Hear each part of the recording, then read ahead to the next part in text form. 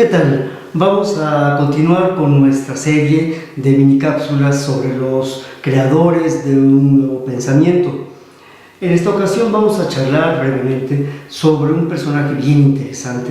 Es un matemático francés, Benoît Mandelbrot, que vivió de 1924 al 2010, o sea, tiene relativamente poco tiempo que se nos fue. Él nació en Varsovia, era polaco de nacimiento. Sin embargo, él optó más adelante por la nacionalidad francesa, puesto que ahí creció y ahí llevó a cabo en Francia todos sus estudios. Después se trasladó a los Estados Unidos y obtuvo también la nacionalidad estadounidense. Inicialmente, el punto de interés en las matemáticas para Mandelbrot fue la teoría de la información. Siempre le inquietó mucho la relación entre la información y la entropía, que es un tema de enorme importancia. Ya charlaremos en otra cápsula sobre John von Neumann, por ejemplo, y el papel que esto jugó en la informática y en la teoría de la computación. Sin embargo, después él desarrolló una nueva clase de objetos matemáticos que son archiconocidos y que se conocen como fractales. Él fue quien creó, Mandelbrot, este concepto. De alguna forma, partiendo de lo que se conoce en matemáticas como la ley de Zipf, ¿sí? Z-I-P-F, Zipf, que relaciona la frecuencia de una palabra, hablando de un texto cualquiera, con su rango de aparición. Es decir, analiza una palabra, toma un texto cualquiera y a partir del número de veces que aparece esa palabra, analiza también en qué contexto aparece esa palabra, y esto genera un término, una función que se define justamente como el cociente de estas dos cantidades. Y utilizando los conceptos de Shannon, que junto con von Neumann y Turing generaron las máquinas llamadas inteligentes, pues Mandelbrot mostró que ese caso de las palabras que se contaban en un texto era un caso particular de una ley mucho más general. Aquí es donde estuvo realmente la genialidad de Mandelbrot. El ser, por ejemplo, situado por Léon Brillouin, un físico matemático de enorme relevancia en Francia, eso fue lo que le valió una notoriedad inmediata a Mandelbrot. Postuló, por ejemplo, que el costo de utilización de la información es igual al costo de almacenamiento de esa misma información. Eso es una cosa interesantísima. Repito, el costo de utilización de una información es igual al costo de almacenamiento de esa información. Y estableció las ecuaciones para esa cantidad.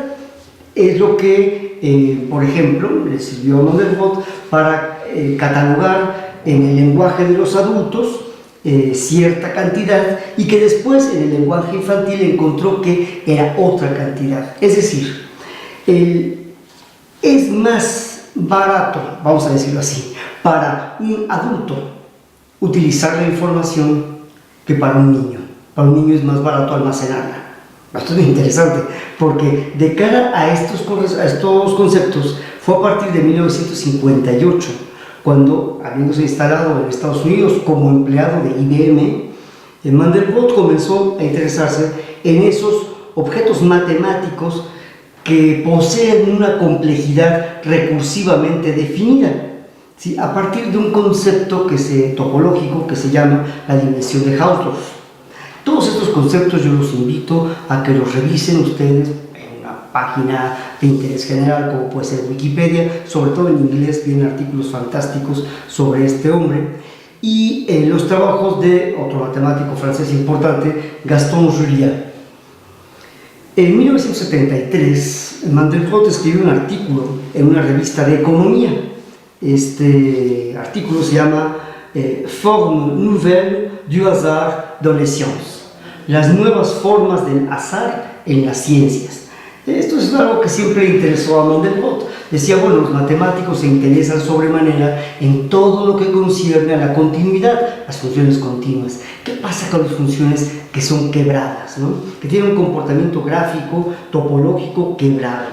Bueno, pues en ese artículo, confinado al terreno de la complejidad en las ciencias, Mandelbrot subrayó la poca atención que se le había prestado al tema de las fluctuaciones aleatorias.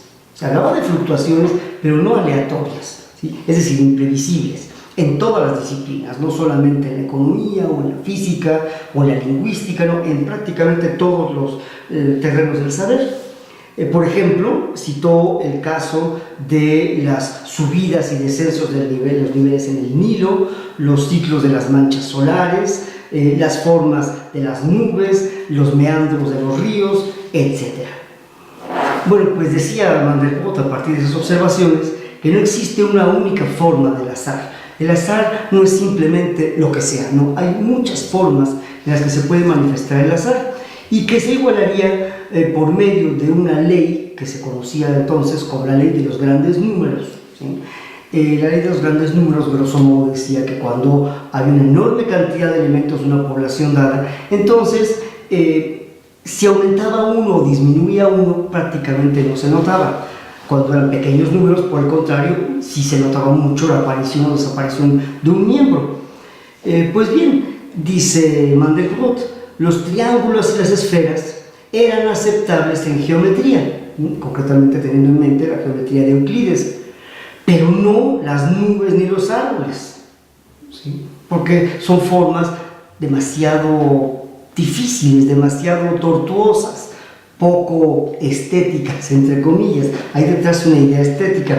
Concretamente pienso en la aseveración que hace Imre Lakatos cuando menciona que las matemáticas poseen una base cuasi empírica.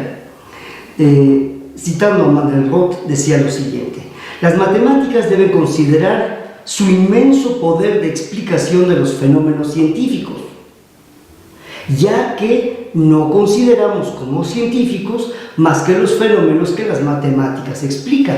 Bueno, esto es un argumento circular, es como el perro mordiéndose la cola, ¿sí? Es la herencia galileana, precisamente. Por esa razón, el mismo Mandelbrot continuaba diciendo: lo esencial de los fenómenos de la naturaleza es que obedecen a otro tipo de azar, en el que no se puede aplicar la ley de los grandes números. Esta es la maravillosa intuición de Mandelbrot. Dijo, no solamente esas formas raras no serán solamente la suma de las formas simples, sino que deben tener una serie de propiedades estrictamente pertenecientes a ellas. La pregunta, por ejemplo, es un clásico ejemplo con el cual Mandelbrot comenzó, la pregunta por la longitud de la costa de Inglaterra, ¿sí?, fue de hecho un ardid genial de Mandelbrot para introducir la geometría al mundo real. Sus trabajos acerca de los espacios de dimensión no entera, o de dimensión fraccionaria, que también se llama, los fractales, llenó a las matemáticas de ejemplos provenientes de todos los campos, por ejemplo, de la hidrología, de la neumología, de las granulaciones, de la hidrodinámica, del urbanismo, etc. Decía Mandelbrot, durante gran parte de mi vida pensé que no había ningún lugar en donde las cosas que yo quería investigar interesaran a alguien. Es interesante esta actitud epistemológica. Y por eso, y con esto concluyo, Mandelbrot asevera algo que parece casi tan infantil, pero, como dice bien el profesor Morin, no hay nada más complejo que lo evidente. Las nubes no son esferas, las montañas no son conos, las costas no son circulares y las cortezas de los árboles no son lisas, así como los relámpagos no viajan simplemente en línea recta. Muchas gracias.